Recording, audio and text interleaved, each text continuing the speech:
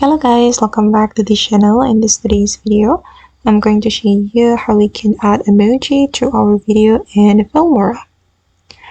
Okay, let's get into it guys. I have opened my Filmora application, and first of all, I'm going to add my video to the track or the timeline, and I'm going to show you how we can add emoji to this video.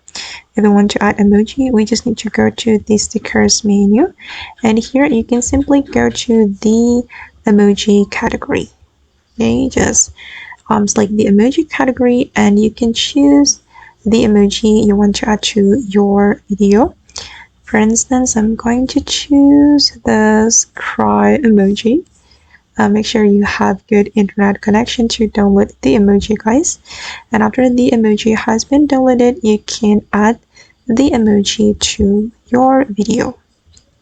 Okay, and I'm going to make it align with my video, and then you will be able to zoom in or zoom out like this, and I'm going to place it right here. Okay guys, and that's all the way to add emoji to our video in Filmora application.